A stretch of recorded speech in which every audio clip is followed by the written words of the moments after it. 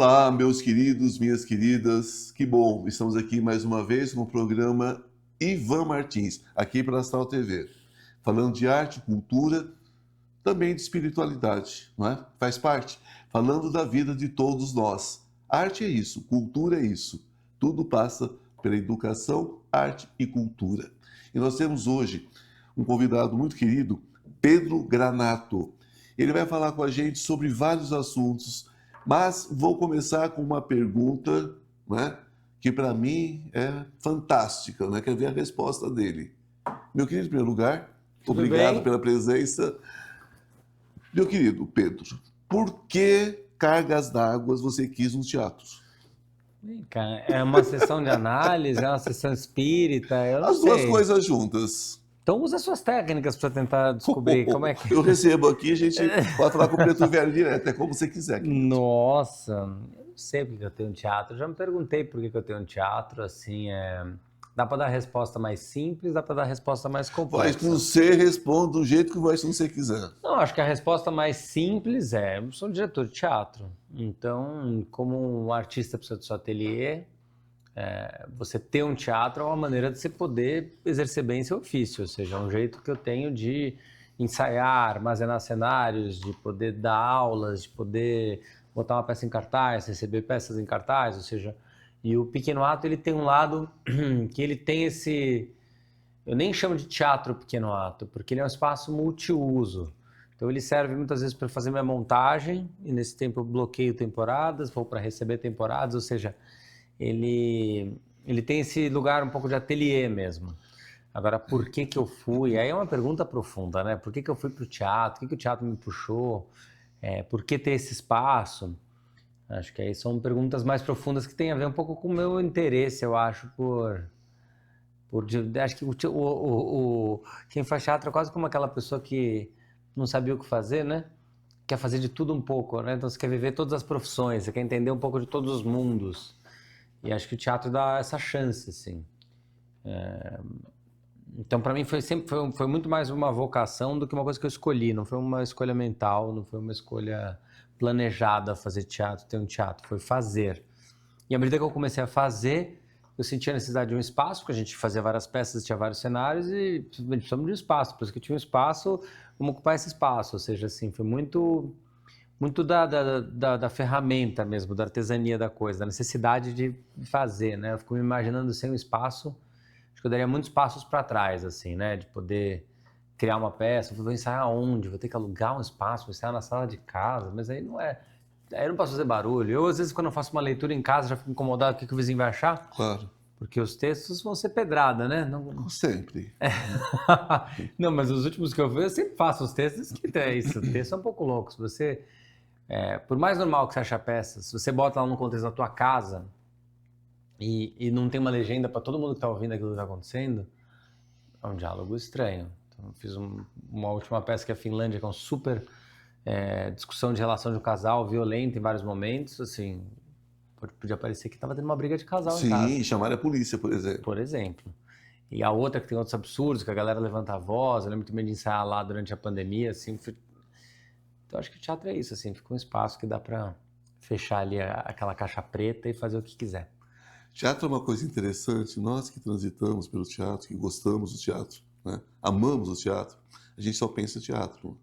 Eu tenho 2 estúdios aqui em São Paulo e os 2, quando foram construídos, eu construí mais como um espaço de ensaio dos meus textos do que para o objetivo principal. Porque como eu Isso, tinha uma acústica perfeita, eu falei, gente, aqui dá para ensaiar qualquer coisa. é isso, O ator pode gritar, pode esgoelar, pode esmurrar, ele pode fazer o que ele quiser aqui. é isso. Ninguém vai chamar a polícia para mim. Eu mesmo até, eu brinco um pouco com isso, né, daquela coisa assim, você falou, nós que gostamos de teatro, eu tenho um lado que até me pergunto, assim, eu gosto de fazer teatro, muitas vezes não é a coisa que eu mais gosto de ver, então é isso, não foi um plano. E aí, nesse sentido, isso que você falou é muito importante, assim, tipo, ter um teatro para mim hoje é poder ter um lugar que eu vou acender luzes, vou botar uma música alta, vou montar um cenário, vou pintar um cenário, vou deixar uma coisa pronta, que não dá para ter em casa, Não, é impensável, impossível. fica 10% do que seria. E acho que tem um lugar gostoso. Eu às vezes me vejo até meu corpo, assim, quando eu chego no teatro, eu percebo, assim, falo, nossa, como eu já falo alto, já brinco, aquele prazer de ver as pessoas cruzando ali o espaço. Eu lembro quando eu tive filha que eu fiquei off um pouco, assim, né? Fiquei mais isolado, e eu voltei, aí fui pro camarim, encontrei as pessoas e falei, nossa, como tem algo único da convivência do teatro, né? Do camarim, do jeito que a gente se relaciona, como a gente vai de uma história muito engraçada para uma história de vida, com uma fofoca, para uma opinião, para um debate da semana. Ele é uma mesa de bar muito mais sofisticada, o camarim, né? Você acaba tendo uma troca viva, assim, humana muito grande. Acho que é isso que me leva ao teatro. E você poder dizer, né? Você é autor também, né? Sim. É você poder dizer aquilo que você não pode dizer, né? Muitas vezes. Ou aquilo que você não quer se expor. Também você diz muito ali, né? Eu acho que o teatro... É um meio. O teatro tem uma coisa de... Tanto fisicamente quanto nos temas, você pode mergulhar em coisas que o ideal é que você não vá, né, na vida, né? Aí você tem uma sensação de viver um pouco mais plenamente quando você pega aquele conflito no teatro, porque você vai até o fundo daquilo, né? Como eu te falei, eu fiz uma peça agora com um texto francês chamado Finlândia, que é uma grande briga de casal, uma discussão. E claro que eu me identifico em vários momentos da peça ali, mas também claro que eu não fui para muitos daqueles lugares. Mas a peça meio que realiza quase que essa fantasia, esse desejo de e se eu quebrasse? E se eu fosse para um lugar, se eu fosse para aquele caminho que eu evitei sempre, que eu acho prudente evitar, o que aconteceria? Que em algum lugar o Nelson Rodrigues chama de lugar dos monstros, né? O palco, ou seja, o teatro acaba indo naquele lugar que a gente atravessa os limites, assim. E tem uma coisa muito viva, muito presente, muito ágil, que os meios audiovisuais às vezes não alcançam também, em termos de troca humana, de desenvolvimento, de ajuste. Acontece ali com a pessoa, né? Não depende toda essa técnica aqui, né? Eu me formei em cinema. E para mim, às vezes, por exemplo, eu gosto mais de cinema do que de teatro. Ou, se você me perguntar o que eu quero fazer, um programa que me dê mais prazer, eu vou ver um filme. Mas fazer cinema é muito mais chato. Fazer cinema é muito mais chato. Mas muito mais. Tem que... Aquele set, aquele clima de ficar comendo bolacha com café, varar a madrugada, ficar esperando horas fazer um plano, tudo picotado para depois, aí deu problema na fita, você perdeu um dia. Tipo, não tem a coisa aquele frisson, aquela adrenalina, aquele encontro de pessoas que o teatro tem. O frio na barriga, né? E é uma coisa muito mágica, né? Porque acontece ali, né? É um misto de muito infantil, porque parece um pouco quando uma criança fala assim, junta todo mundo na sala que a gente vai fazer o teatro. O teatro não deixa de ser isso, né? Não, Junta não os pais todos na sala que a gente vai apresentar o negócio. No fundo, a gente chamou todo mundo para ver o que a gente preparou. Tem um lado mais infantil que é isso. Mas, por outro lado, também é muito sofisticado em tecnologia humana, né? Assim, que tipo, até onde você consegue levar as pessoas com pessoas? Até onde essa pessoa consegue mergulhar na sua frente? Não é com edição depois, com cortes, com... Não. É ali, você tem que ver algo acontecendo ali. Aí quando acontece algo potente no teatro é muito poderoso, né? Eu acho que ressignifica um pouco a nossa presença aqui, né? Eu acho. Eu penso que a grande diferença está exatamente aí. Quando você faz, por exemplo, televisão, a gente pode errar uma chamadinha, alguma coisa, tem que voltar porque faz parte do processo.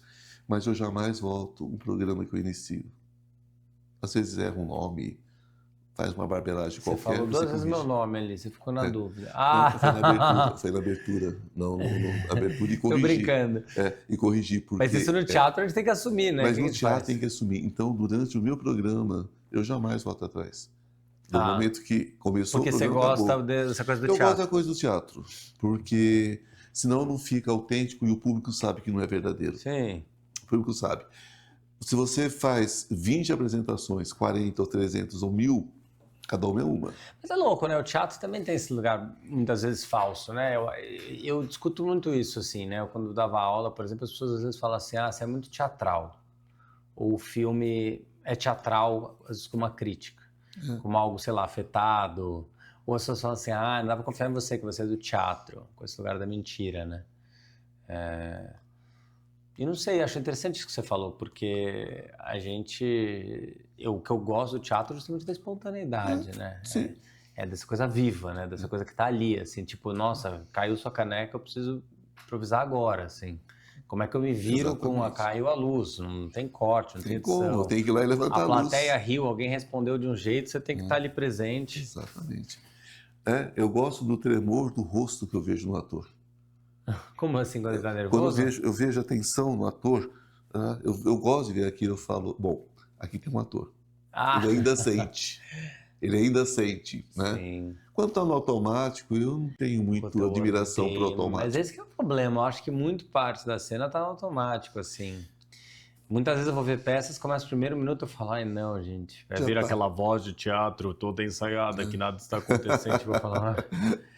Ou pior, aquela piadinha repetida que deu certo um dia. Mas é que eu vou te dizer, quando entra nesse lugar da voz automática, eu não consigo nem prestar atenção. Então, para mim, é o pesadelo. Porque eu falo assim, eu não consigo nem conectar com a pessoa. Porque ela não está ouvindo o que ela está falando, como é que eu vou prestar atenção nela? Não consigo. Esse automático faz parte também.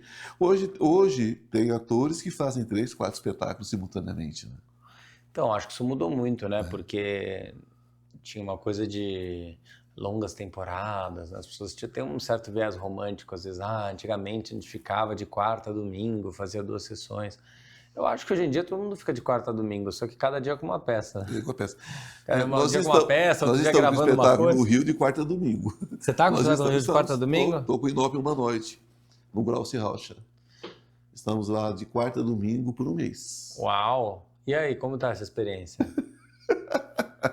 Vamos inverter a entrevista. Não, você sabe que o Pequeno Ato surgiu, tá legal. O nome surgiu de um espetáculo chamado Cru, de Brasília, que depois virou filme, e que eles tinham isso, eles vieram para São Paulo e ficaram de quarta a domingo. E tinha uma coisa bem assim, bem respeitosa, teatral, assim, sabe? Eles arrumavam um teatro assim, com puta de um cuidado. Ficavam de quarta a domingo, tinha aquela coisa quase religiosa, né? Já que se for que é espiritual, eu não sou muito, então... vamos fazer, tem 3 pessoas, a gente vai fazer, tem mais, a gente vai fazer, vamos esperar o crítico. Tipo assim, eles tinham uma coisa de plantar, cultivar. E quando eu vi o trabalho deles, eu tinha passado muitos anos num grupo de teatro que a gente fazia muito humor de rua, muitas peças na rua, com humor político e tal. E eu vi e falei, é meio isso que eu quero. Os caras estão aqui muito em situação, tá quase um estúdio de cinema aqui, eles estão assim, 1 a 1, é muito atrativo ver eles de perto, tipo, o fato do teatro ser pequeno, por isso que chama Pequeno Ato, ele é uma qualidade, não é um defeito, porque eu tô podendo ver eles assim Você pode ver no close, exatamente, eu posso ver o jogo deles. Então eu não tinha o nome ainda Pequeno Ato, me baseou um pouco nisso, assim, nesses caras que estavam ali em cartaz de quarta a domingo. Não tem luz que engane, né? No teatro como o seu. Não, cara, você sabe que eu... Não tem luz que tampe. Não tem luz que tampe. Eu às vezes, tenho enrolado uma coisa que é o seguinte, eu tenho ensaiado as peças no Pequeno Ato, mas as peças estão para plateias maiores que o Pequeno Ato. Então elas não fazem temporada no Pequeno Ato. Então, às vezes, também o que acontece eu ensaio a peça como se fosse ali dentro do palco e depois eu pulo para a fileira 300, entendeu? Ou seja, eu dou um salto de 15 metros de distância. E eu tenho que ficar calculando isso. E às vezes dá saudade, que eu falo, porra, tava tão legal vendo aqui tão de perto eles, vendo o jogo e fazendo um ajuste fino de jogo, assim, que dá pra ver de perto, que você fala, não, isso aqui tá vivo, né? Eu gosto. Acho que aí também tem essa coisa do porquê o Pequeno Ato, né? Quem sabe, né? A gente sempre pergunta assim, será que eu vou pro médio ato agora na minha meia idade? No final vai ter um gran ato? Mas você mantém um espetáculo por vez ou você ou dois? Um ou dois. Ou dois, ou um apresentando e eu ensaiando o outro, assim. Eu não gosto de botar vários porque eu não tenho essa pretensão de ser um gestor de espaço, de teatro. Vamos falar sobre isso daqui a pouquinho. Eu vou ter um pequeno intervalo agora, tem um recadinho para vocês, mas não sai daí que eu já volto. O Instituto Ivan Martins oferece uma oportunidade única para quem busca um espaço para videocast. Localizado em uma região privilegiada, próximo a estações de metrô, Anhangabaú e República, o estúdio conta com estacionamento integrado, facilitando o acesso para todos os nossos clientes. Nosso ambiente é acolhedor e projetado para que você se sinta à vontade durante as gravações. Aqui a voz do cliente é sempre ouvida, garantindo uma experiência personalizada e individualizada. Cada comunicador tem a possibilidade de utilizar o sistema de Chroma Key, permitindo a criação de fundos personalizados que refletem a sua marca e identidade. Além disso, estamos com equipamentos de alta qualidade, incluindo câmera 4K, iluminação perfeita e um sistema de som de última geração, assegurando que sua produção tenha a melhor imagem e áudio possíveis. Convidamos você a nos fazer uma visita e conhecer de perto todas as possibilidades que oferecemos. Venha fazer parte da produtora Ivan Martins e leve as suas produções a um novo patamar. Olá, estamos de volta com mais um pouquinho desse bate-papo com Pedro Granato. Bom, a gente estava falando sobre espaço, né? Sobre teatro e aqui nos bastidores, teatro motel, né? Que entra 10 e cada um isso, os bastidores teatro motel, o que a gente estava falando? Teatro motel. Por que a gente está entrando de assunto? Porque às vezes você chega no teatro, tem 10 espetáculos em cartaz. Cada um tem uma luz.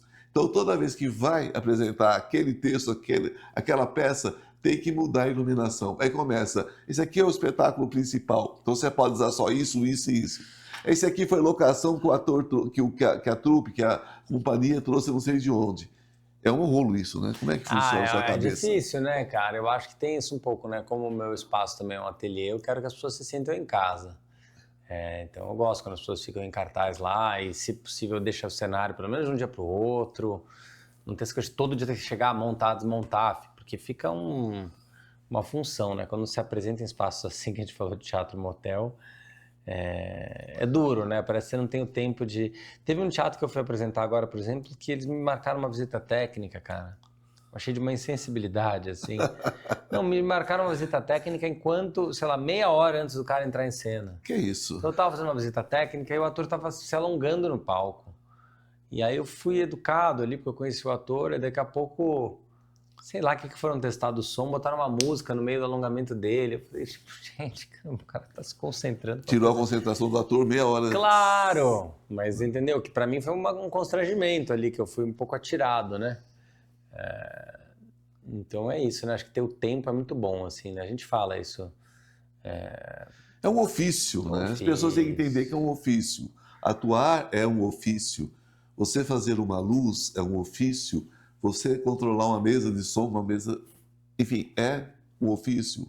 E as pessoas não podem interferir nisso como se não fosse nada. Hoje não deu certo isso, não é bem assim. Tem um tempo, né, para você se adequar a um espaço, né? Você abre possibilidade que nem quando de ensaio. você chega, vai viajar, você aluga uma casa, sei lá, um quarto, até que no primeiro momento você toma um pouco de susto, confere se é algo que você gostou ou não gostou, até aquilo ficar teu, tem um tempinho, né? E essa história do Brasil de ensaiar em qualquer lugar e depois levar o espetáculo pronto, você não acha isso meio complicado também? Como assim? Como assim? Vamos supor que eu alugue um espaço. Eu vou levar um espetáculo para lá. Eu tenho quantos dias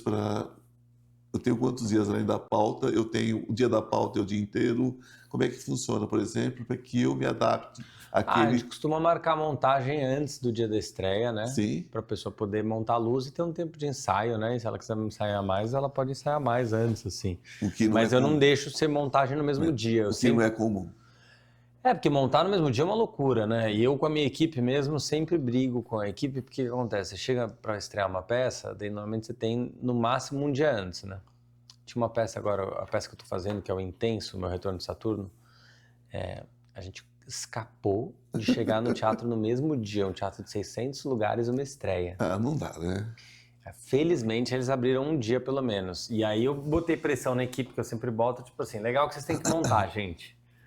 Mas alguma hora do dia eu preciso entrar com o ator no palco para ele sentir no corpo onde é que ele tá, para ele entender, para ele falar se tem alguma coisa para ajustar, claro, para sentir um pouco a voz dele até onde vai, o gesto dele, ele dormir com aquela memória, para ele poder falar, tá, amanhã eu vou fazer aqui. Porque se chega lá, o que eu já vi de espetáculo bom, que a gente toma uma invertida quando muda de...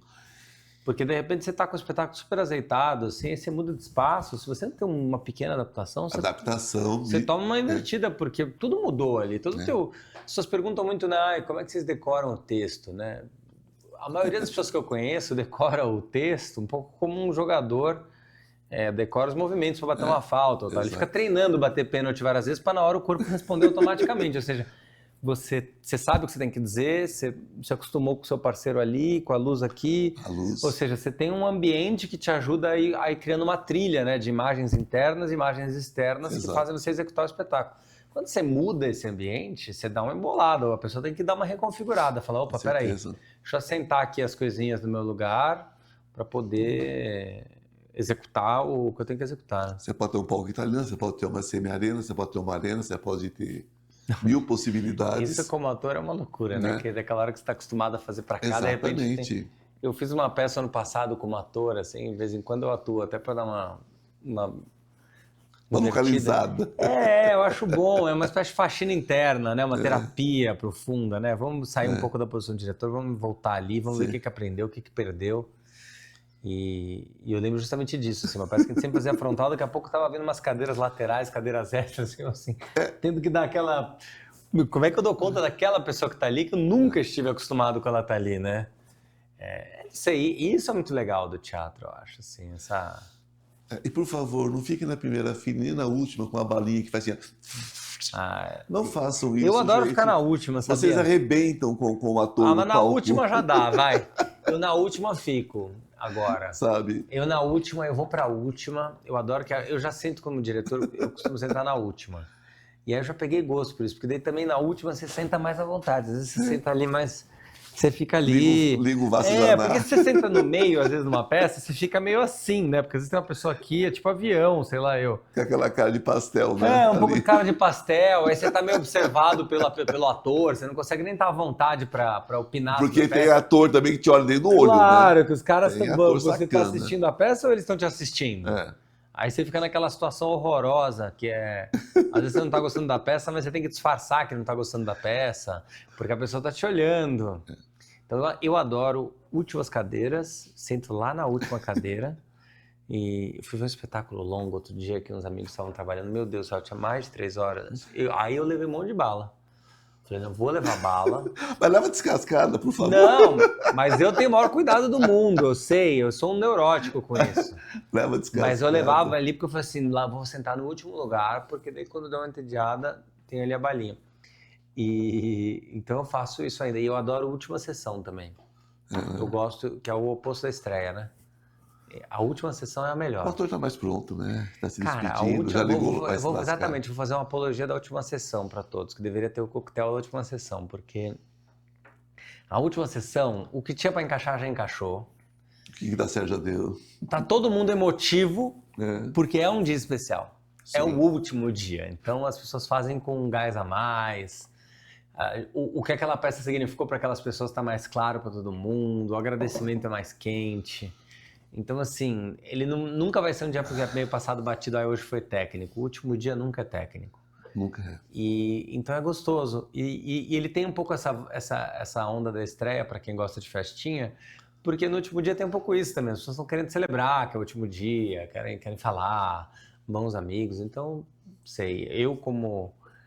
fico fazendo malabares aqui de tanta coisa que eu faço, eu acabo indo no último dia, porque eu também olho e falo assim, não, se eu não for agora, eu não vou mais. Não vou mais. Então, assim, tem que ser nessa, vou ter que abrir o espaço. Tem muito aquela coisa, né? Você falou de texto chato. Uma vez eu fui num festival no interior de Minas e tinha até um ator aqui de São Paulo com um texto. O texto dele era um camalhaço de papel, 2 fileiras de cadeira, ele pegava ali o texto e... Era a peça. Então, uma tristeza. E o povo assim na cadeira. Eu falei, gente, eu vou cair. Piscando, aquela sensação de adolescente. Gente, eu vou cair na aqui. Escola, na sensação de escola. Quando você volta para essa sensação de escola, que a professora está falando, você está piscando, fazendo força. O ator é tão chato, mas é tão chato, mas é tão chato. E aqui você ia piscando assim. Eu falei, gente, pô, vai cair. Aí eu falei assim, eu já descobri por que ele fez uma fileira. Que era para olhar na cara de um por um para não fugir. Porque se ele tivesse feito... Segunda, o pessoal já dormia. A pessoa saía lá e dormia. Então, gente, é o seguinte, tem texto chato, né? A gente precisa precisa se orientar um pouquinho, às vezes, né? Eu acho que a gente tem uma inversão. Sinceramente, a gente reclama muito das condições que a gente enfrenta para fazer teatro aqui.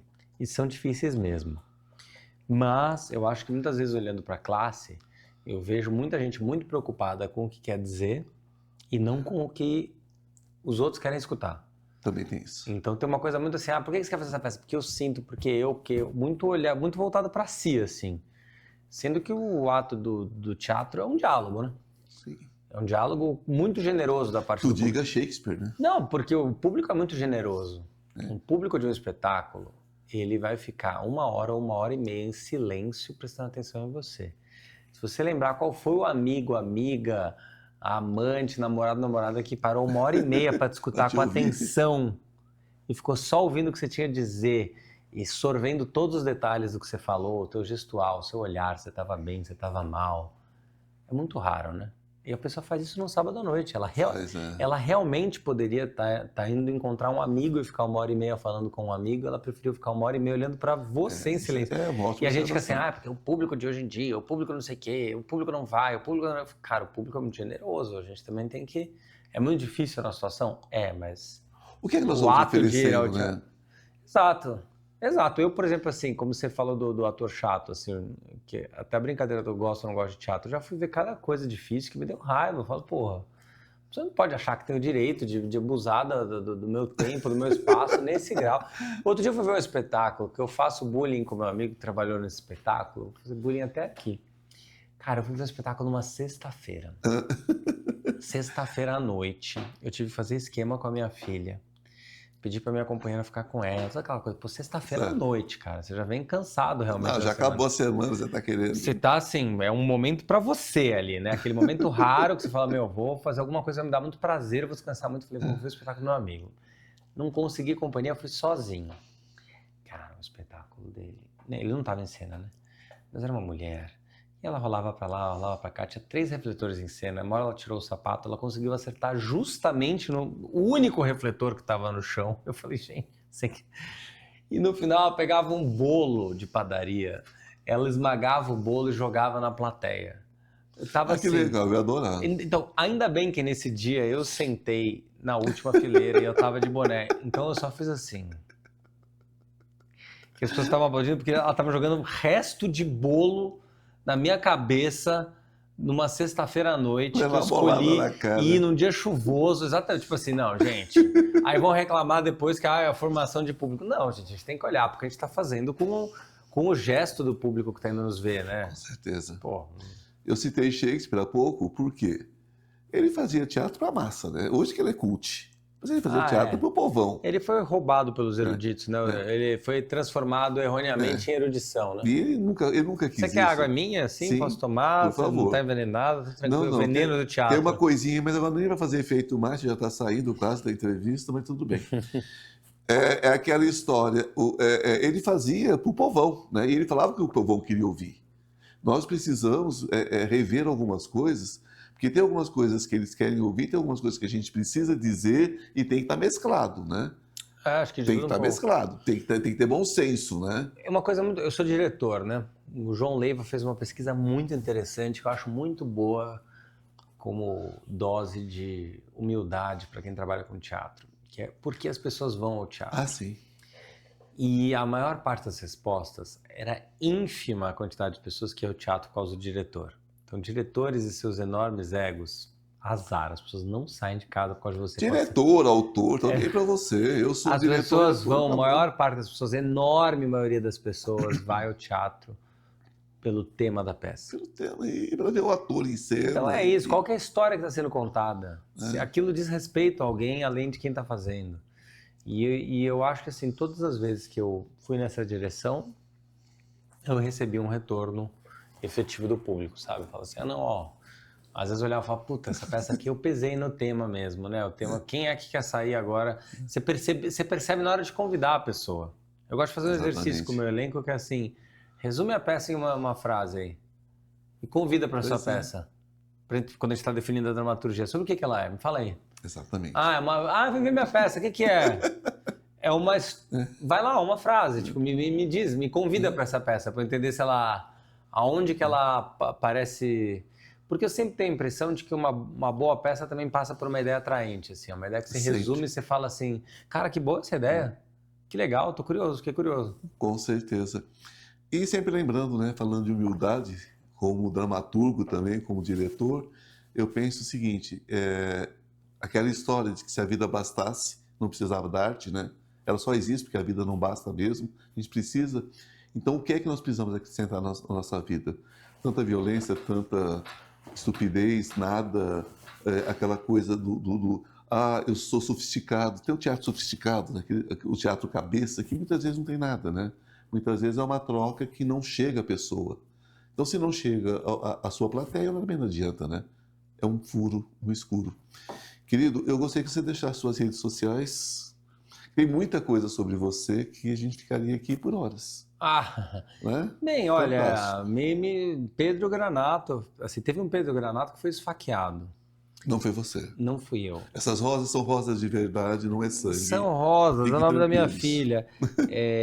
Eu outro dia recebi o alerta, assim, de matérias, tenho recebido vários, que é Pedro Granato esfaqueado, assassina de Pedro Granato, então talvez Pedro Granato tenha outros.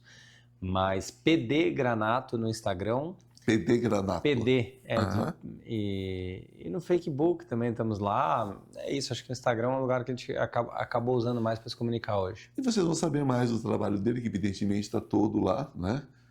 E eu quero dizer que foi muito bom falar com você. Prazer, muito obrigado, divertido. viu? Acho que nós conseguimos passar, não é, o que era necessário. Lembrando sempre que valorizem, né, gente? Valorizem a arte. Tem a boa arte, tem a arte que não é boa para você, mas é boa para o outro. Então a gente respeita. Se você não aprendeu a valorizar, aprende a respeitar. Respeito é a base de tudo, né? Então, gratidão a você, querido, gratidão a vocês, e que essa luz, né, da vida caia sobre todos. E namastê. O Deus que habita em mim, saúde o Deus que habita em você.